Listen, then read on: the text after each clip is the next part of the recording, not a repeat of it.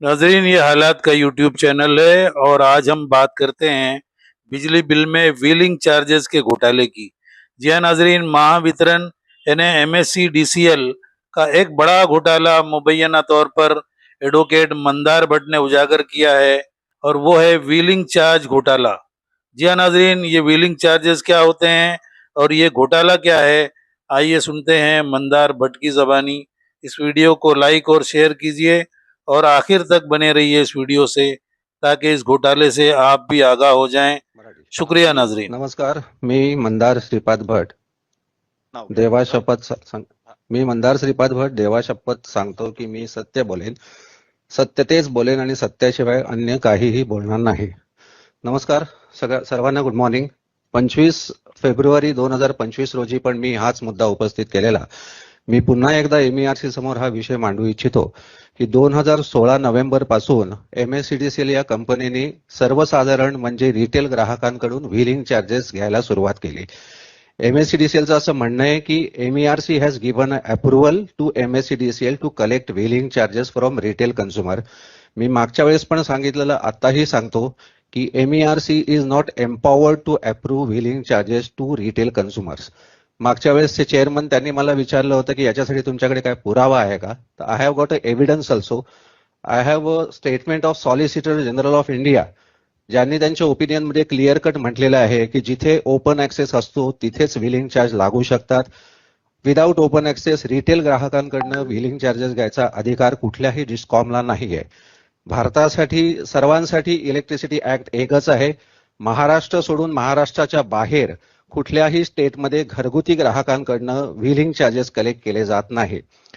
आमच्या मते MSCDCLनी महाराष्ट्राच्या जनतेची फसवणूक केलेली आहे. व्हीलिंग चार्जेस घरगुती ग्राहकांकडनं घेणं it is pure violation of electricity act. आता याच्यासाठी मागच्या वेळेस चेअरमन साहेबांनी मला सांगितलं होतं तुमच्याकडे काय एव्हिडन्स असेल तर तो दाखवा. So if you permit me I can read the opinion of solicitor general of India. मला वाटत नाही या स्टेटमेंटला कोणी चॅलेंज करू शकेल. Can I read for you? ज्याच्यातनं हे सिद्ध. Have you submitted that already?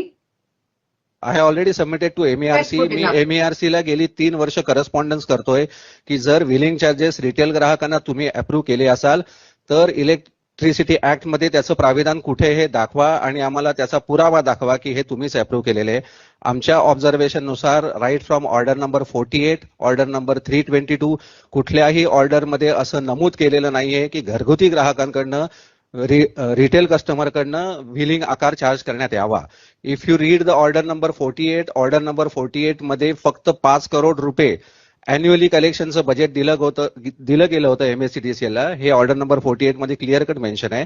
आज गेली 7 ते 8 वर्ष MSCDCL ही डेली कलेक्शन करते under wheeling charges about 30 to 35 crore.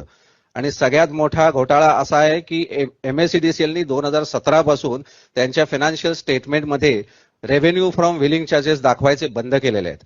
याच्यावरनं हे स्पष्ट दिसतंय की MSCDCLनी जाणून बुजून हे जनतेला कळू नयेत की किती व्हीलिंग चार्जेस वर्षाला जमा केलेत, म्हणून गेल्या 10 वर्षात त्यांनी हा प्रॉफिट अँड लॉस अकाउंटमध्ये फिगर दाखवलेले नाहीये. लुंगियां, बेहतरीन लुंगियां, 100% कॉटन एंड पॉलिएस्टर लुंगियों के साथ साथ हुजैरी आइटम, मेंसवेयर और एहराम के कपड़ों के लिए भरोसेमंद नाम मुंशी लुंगीज एंड गारमेंट्स.